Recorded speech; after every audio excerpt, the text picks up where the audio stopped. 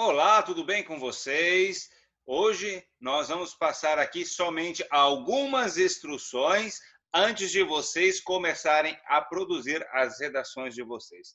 Na verdade, algumas informações nós já mencionamos na aula que você já assistiu, e esse vídeo aqui é um vídeo complementar a partir de algumas situações que são muito comuns nas redações, ok? Então, eu tenho aqui uma listinha que eu tenho apontado, assim, que eu tenho verificado nas redações que tenho recebido ultimamente, e eu quero comentar algumas coisas com vocês para que essas situações não aconteçam na redação que vocês vão entregar, que essa vale nota. Então, primeira coisa, e essa eu quero salientar, qualquer cópia da internet é errado. É um texto que vai ser desclassificado, ok? Eu consigo perceber facilmente quando é o aluno que está escrevendo e quando essa ideia vem de um outro lugar. E, além do mais, tem uma coisa muito importante que os alunos não percebem. O texto que está na internet, ele foi construído, foi pensado e elaborado para estar na internet. O texto de redação ele tem outras características que, se você não faz o texto iguais às características que foram solicitadas, o texto vai estar errado. Então, muitas vezes tem um texto muito bonito para a internet, o aluno acha que se ele pegar aquele texto e colocar daquela forma na redação, já que vocês estão fazendo em casa esse trabalho, vai arrasar. A hora que eu pego para corrigir, eu verifico os critérios que eu ensinei. E eu vejo que naquele texto que estava na internet não está aquele critério. Por quê? Porque é um texto que foi pensado não para uma redação, e sim para ser postado aí na internet. Então, não bate as duas coisas. Então, o texto está bonito, mas é lá na internet. Na redação, ele vai ter uma nota baixa, porque precisa que alguns atributos sejam verificados. Então, esqueça a internet. No dia da redação de um vestibular do Enem, você não tem acesso a nada. Então, se você acha, eu vou fazer uma pesquisinha rápida aqui antes de escrever o texto para o professor, você está treinando o quê? Você está enganando você mesmo. No dia que você vai precisar realmente fazer um texto, dependendo unicamente do seu conhecimento, você vai procurar uma internet, o seu celular vai estar desligado e, quem sabe, até desmontado. Então, escreva aquilo que você saiba, ok? Outra coisa muito comum em textos é aquela coisa de se colocar na primeira pessoa, né? Eu acho, eu penso, eu acredito, na minha opinião. Isso não se escreve em texto de redação. Isso, se fosse um artigo de opinião, tudo bem, você poderia até colocar. Agora, num texto de redação, a gente não coloca essas expressões utilizando verbos na primeira pessoa. E não existe aquela coisa assim, no texto que eu vou falar aqui hoje é sobre tal coisa. Você não faz esse tipo de introdução, você não comenta sobre o que você vai comentar, você simplesmente já inicia contextualizando esse assunto. Então, nada de escrever assim, o assunto que eu vou estar falando nesse texto não é um texto, é uma redação, então você nunca se refere ao texto, ok? Então, essa coisa você deixa de lado. Use a forma impessoal do verbo, ou, no máximo, né, ainda é aceitável a primeira pessoa do plural. Professor, mas como é que eu faço isso? Veja bem, você faz a coisa mais difícil. Quando você diz assim, na minha opinião, a maioria dos políticos que estão ocupando os cargos hoje e continua a sua afirmação, basta você tirar, na sua opinião. Continua a frase normal, ó. A maioria dos políticos que estão ocupando cargos, ou seja, você faz o processo mais complicado. Então, tira aquela primeira parte que você vai colocar, que não pode colocar, e continua normalmente, ok? Outra coisa, para quem vai escrever em folha de almaço, pessoal, a folha de almaço, você se escreve simplesmente num lado só. Você não abre para escrever na outra página. Por que que não? Porque a quantidade de linhas que tem aqui é o máximo da quantidade de linhas que pode numa redação. Então, Isso se você vai escrever numa folha de almaço, mas lembre que você já está recebendo a folha oficial da redação. Aqui tem 30 linhas, que é o máximo que você pode escrever. Então, não tem essa de escrever numa outra folha, imprimir 2 cópias, escrever atrás. Não pode. O que você tem que trabalhar é diminuir a sua letra e aumentar a sua letra de um modo harmônico, para que você consiga adequar ao tamanho do texto, que é entre 20 a 30 linhas. Menos que 20, a meu ver, é um texto muito elementar que não serve para competir no Enem. Aí. Então, essa é a folha aqui, ó, é a folha original, que você tem acesso a ela, que ou eu envio junto com a aula, ou envio para que alguém te entregue a vocês, para que vocês possam fazer nessa folha. Só salientando, né? Aqui tem a turma, e aí tem um desenho de identificação, porque eu não peço para vocês colocarem nome, porque eu não quero saber quem é vocês na hora de corrigir, não quero saber se é loiro, moreno, se é alto, mas se eu conheço ou não conheço. Eu quero simplesmente falar, aqui está certo, aqui está errado, sem saber quem é você. Depois, através desse desenho, a gente vai saber quem é a pessoa que fez a redação. E aí, independente, né? As pessoas que corrigem redação para vestibulares e Enem não têm o seu nome. E não deveria ter, se alguma instituição tem essa prática. Então, é uma folha só. Outra coisa que sempre pergunto, professor, é para colocar título? Você tem o assunto, o tema, o argumento.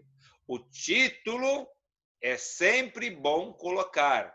Não existe uma regra quando não é pedido, quando não é solicitado. Você pode colocar ou não colocar.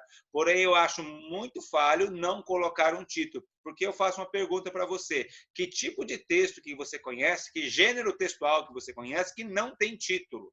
Livro tem título, romance tem título, crônica, fábula, tudo tem título. Por que o seu texto de redação não tem? E o teu título ajuda a entender a contextualização que está na introdução e quais os argumentos que você vai vir a utilizar. Então, é importante que tenha título, a meu ver. Então, trabalhe bem o título, obviamente, para que o seu título não esteja deslocado de todos os assuntos que você está realmente abordando na sua redação. Qual que é a dica? Faça o título por último, que daí você vai olhar para a sua redação e vai ver o que você falou, e aí você cria o título. Não cria o título assim na louca, depois você cria um título lá que você acha que é legal, mas na redação em si você não falou nada daquilo que tinha que falar. Tá? Outra coisa que o pessoal faz muito é pular linha entre um parágrafo e o outro. Isso não existe em texto de redação. É um texto único, do começo ao fim. Tem os parágrafos e não tem uma linha vazia, né? A vazia, que se chama alíneas. Não existe isso em texto de redação. Outra coisa que não existe é escrever assim, introdução, e faz o parágrafo. Depois escreve desenvolvimento. Pessoal, isso é artigo. É uma outra coisa, uma outra situação. Isso aqui é um texto de redação. Você não escreve nem introdução, nem desenvolvimento, nem conclusão. Você simplesmente escreve os seus textos, os vários parágrafos do seu texto, e boa. Quem é que vai corrigir é que vai delimitar onde é cada uma das coisas. Então, eu já falei aqui que um texto, na minha cabeça, para ficar dentro do que é necessário ter, dentro da estrutura que você já viu na aula, é algo entre 20 e 30 linhas, no máximo 30, no mínimo 20. Então, qual é a dica que eu dou sempre? Mira no meio, 25 linhas. Né? Você já sabe também que eu já falei que o ideal é ter 5 parágrafos, o ideal é 5. Pode 4? Pode, mas o ideal é 5. 1 de introdução, 3 de desenvolvimento, que são 3 argumentos diferentes, e 1 de conclusão. Então, você tem 5 parágrafos para 25 linhas, você tem uma média, isso não é fixo, porque você pode variar um pouco a mais ou um pouco a menos, de 5 linhas por parágrafo. Lembrando que na introdução você pode usar um pouquinho mais de linha, na conclusão também. Então, você vai ter uma média de 25 linhas. Se ficar menos de 25 linhas, não chegou perto do 20. Se passar, também não chegou perto do 30. Então, joga no meio, mira no meio, ok? Essa é a quantidade de parágrafos que precisa ter. E uma coisa que eu reforço sempre, pessoal, não existe parágrafo de redação com uma frase só, está errado. Você já viu na aula, cada parágrafo tem coisas que precisam ser obedecidas. Então, o correto é de 2 a 3 frases em cada um dos parágrafos, em todos os parágrafos. 2 a 3 frases, não existe. Se você tem uma frase só num parágrafo, está errado. Já não conseguiu transmitir a ideia corretamente, já embolou as coisas. Você viu isso na aula. Então, todos os parágrafos têm que ter mais de uma frase. Isso desconta a sua nota, ok? Por que isso? Porque se você tem, por exemplo, 3 parágrafos de desenvolvimento, você está usando 3 argumentos. Isso é muito bom. Agora, você faz 4 parágrafos, você tem 2 parágrafos de desenvolvimento, são 2 argumentos, só já diminui. Você pode ter 2 argumentos bons, mas são só 2 argumentos. Você pode ter 3 argumentos, até mais ou menos, mas são 3. Então, veja que a quantidade de argumentos, aqui nesse caso, ele é até um pouquinho melhor do que a sua profundidade, mas isso vai depender do tema que você está elaborando aí na sua redação. Então, perceba isso também. E a quantidade de linhas interfere, porque se eu faço um parágrafo pequeno de 2 linhas, que desenvolvimento de argumento que eu tenho? Se eu faço um parágrafo gigantesco de 12 linhas, eu já me perdi tudo ali na minha ideia, porque eu tenho em cada parágrafo de desenvolver uma ideia somente, um argumento somente, ok? E outra coisa, cuidado nas redações de vocês ao fazer afirmações levianas. Talvez vocês querem defender assim um ponto de vista que vocês acham certo ou errado e acabam falando alguma coisa que numa análise mais aprofundada não é aquilo que você falou. E isso é muito comum, porque hoje tem vários assuntos que estão aí correndo nas mídias, que são assuntos que nós achamos, isso aqui eu domino, isso aqui eu sei. Mas esses assuntos, especialmente esses que todo dia são falados, são aqueles que muito mais dificuldade a gente tem para aprofundar o argumento. A gente fica ali na superfície, a gente diz o que todo mundo diz, não traz uma novidade nenhuma. Eu vou dar alguns exemplos aqui. Veja bem, entenda o que eu estou dizendo. Trabalho o argumento. Então, talvez você vai entender que eu estou contra uma coisa ou outra, não é isso. É a argumentação. Muitas vezes, no afã de defender uma causa, eu acabo fazendo uma afirmação errada. Por exemplo, em relação ao feminismo, é muito comum nas redações você falar assim que esse grupo está sofrendo, ele é uma minoria. E essa afirmação está errada, porque as mulheres, embora estejam sofrendo, elas não são uma minoria dentro da sociedade, elas são 52% da população brasileira. No mesmo sentido, quando a gente quer falar do preconceito racial, a gente fala assim que os negros, não sei o quê, e a gente fala, essa minoria. Não é. Dentro da estatística, porque quem levanta esses dados é o IBGE, quem são a população negra? Aqueles que se autodenominam negros e pardos. E, de acordo com o próprio IBGE, são 54% da população. Então, eu não posso falar que é uma minoria. Eu posso dizer que é uma minoria que está sofrendo? Sim, agora eu não posso dizer que aquela população geral é a minoria. Então, cuide com esse detalhe. Esse tema do preconceito racial mesmo tem muitas questões delicadas que a gente faz afirmações, que a gente fala assim, o preconceito racial começou no Brasil com a escravidão. De onde? Preconceito racial existe desde 1470. Isso relacionado aos afrodescendentes, porque até 1450, basta você olhar na história, a escravidão não tinha cor. Eu podia ser rico e ser escravizado, eu podia ser loirinho e ser escravizado. Por quê? Porque eram outras situações que faziam os povos se utilizarem da mão de obra escrava. Alguém comprava e não pagava, opa, você vira escravo. Uma nação conquistava a outra, essa nação conquistada virava escravo. A partir de 1470, um pouco antes da descoberta do Brasil, porque a gente já sabe que não é descoberta mais, né? Que começa ali os colonizadores a verem isso como comércio. E eles se aproveitam da situação. E aí, esse comércio, eles vão se basear numa premissa dizendo que alguma coisa eles são inferiores, coisa e tal, legitimando, tentando legitimar a consciência deles mesmos que eles estariam fazendo a coisa certa, ok? Então, assim, não começou no Brasil, então não faça uma afirmação desse tipo, tá? Outra coisa, quando a gente tem um tema ali que fala sobre as novas estruturas familiares, tem algumas afirmações que diz assim, toda forma de amor é válida. Você tem certeza disso? Embora eu entenda que você está defendendo um ponto de vista daquele grupo, beleza. Agora, dizer que toda forma de amor é válida, isso é questionável, porque eu tenho pessoas que vão dizer que o legal é a zoofilia, ou seja, eu vou pegar o meu cachorrinho e... Entendeu, né? E você acha legal? Tem gente que acha que o legal, né, que é uma forma de amor, é a negrofilia, ou seja, eu vou lá no cemitério, arrombo uma tumba, pego um cadáver de alguém e faço sexo com esse cadáver. Você acha que está certo? Tem gente que defende a pedofilia, diz que é uma forma de amor. Então, assim, eu não posso dizer que toda forma de amor é válida, porque eu estou abrindo uma porta para um leque de situações que realmente você não concorda, né? Então, ou seja, eu sei que você quer defender uma causa e concordo, mas eu tenho que cuidar com algumas afirmações para não falar algo que não é aquilo que eu quero dizer, ok? Em relação a outros assuntos, eu tenho que cuidar também na hora de relativizar os assuntos.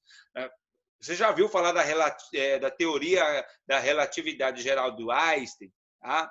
Já viu? Isso não tem nada a ver com os temas, com opiniões diferentes. Tem gente que acha que a teoria da relatividade geral não, agora cada um pode ter a sua opinião e tudo é relativo e não existe nenhum absoluto. Não é isso. A teoria do Einstein tinha a ver com tempo e espaço, não tinha nada a ver com opiniões diferentes. Se eu for lá na sua casa te visitar, enquanto você está preparando um chazinho para mim, eu pego uma coisa tua e vou embora. No outro dia você me encontra e vê eu utilizando o objeto que eu peguei da tua casa, o que você vai falar para mim? Que eu roubei você, né? Eu vou falar, cara, que não, isso é relativo, meu filho. Eu estava lá, eu peguei. Você não viu, você bobeou. Não, mas eu que comprei. Não, mas não interessa se você comprou. Eu peguei, é meu. É relativo, então eu não posso relativizar tudo.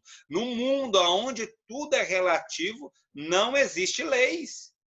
Você está entendendo?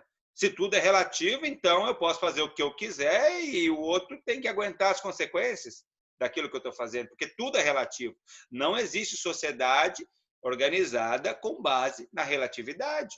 Eu preciso ter algo que defina isso aqui é certo, isso aqui é errado.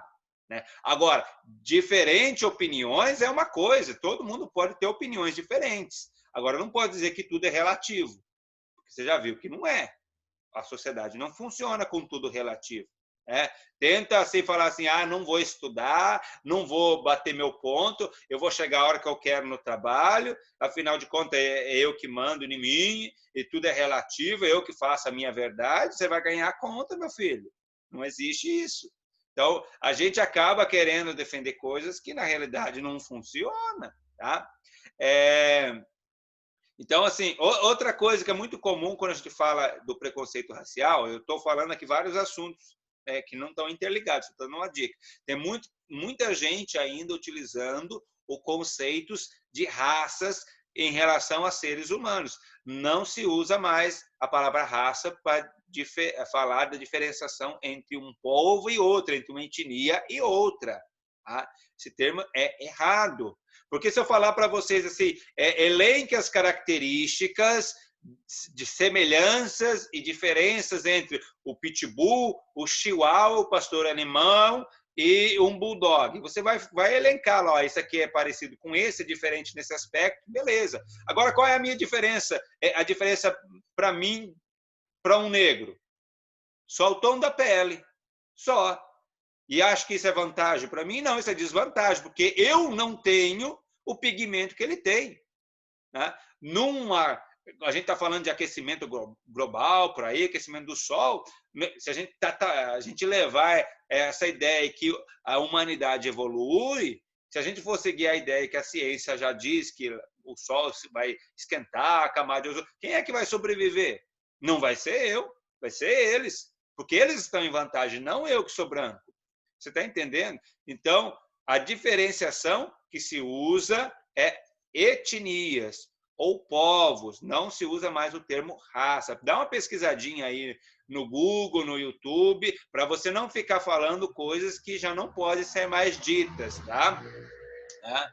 Outra coisa que é muito comum as pessoas dizerem também, em relação a algumas leis, quando a gente quer defender uma causa, falar que as leis são retrógradas. Até uma palavrinha difícil. O que é isso? Que as leis estão andando para trás. A palavra quer dizer isso, mas você usa no seu texto, mas você sabe que a lei não anda para trás. A lei ou ela avança, ou ela evolui, ou no máximo ela está estagnada. Então nós temos uma lei, a Constituição de 1988, é a Constituição nossa. Então, quando eu vou me referir que as nossas leis não estão de acordo com a realidade que nós vivemos, eu não posso dizer que são leis retrógradas, porque elas não estão de acordo com a época atual. Não, elas estão paradas, elas estão estagnadas. Agora, elas não estão voltando para trás, porque retrógrada seria isso, voltar. Então, eu faço uma afirmação que não é real. Tá? Não é real. Outra coisa, quando tem um dos temas lá que fala sobre as diferenças, as diversas formas de concepções familiares, né? Tem gente que vai falar assim, defendendo a causa, e tem que defender. Agora, tem gente que fala que essas diversas formas familiares veio substituir a forma tradicional. E não é isso. Você não veio substituir a forma tradicional e jamais vai ser substituída. Ok? Por quê? Porque a visão do tradicional ela já tem esse nome, tradicional. O que se está se lutando é que, apesar da tradicional, seja aceita também as outras. Então, é um paralelo, não é uma substituição. Se você for falar que tem que substituir, você vai criar uma guerra infindável. O negócio já é complicado para aceitar as formas diferentes. Agora, você tem que falar que uma que está surgindo, assim, que precisa ser aceita e vai vir para substituir a outra, aí você cria uma guerra muito maior. Então, a gente tem que cuidar com esse tipo de afirmação também, ok? Tá? Então, outras coisas que eu gostaria de falar aqui em relação à estrutura do texto. Cuidado em repetir expressões no mesmo parágrafo. Tem muita gente que a gente usa a mesma expressão, a mesma palavra no mesmo parágrafo. Isso deixa o teu texto muito pobre, né? Vai usar, ter que falar algo parecido, usa um sinônimo, não usa. Tem gente que usa assim, muitas vezes, em vários momentos do texto. Isso fica chato até de ler, né? E a pessoa que está escrevendo, ele não percebe, porque ele está escrevendo, ele tem uma lentidão um pouquinho maior. Na hora da leitura e da correção, o cara percebe, ok? Então, cuide em repetir as informações. Usem palavras, que isso vai mostrar que você tem um vocabulário um pouquinho maior, ok? E não vai empobrecer tanto o seu texto. Outra coisa, o teu texto ele parte de um texto base que você já recebe, né? Como da onde tem que partir, o seu ponto de partida.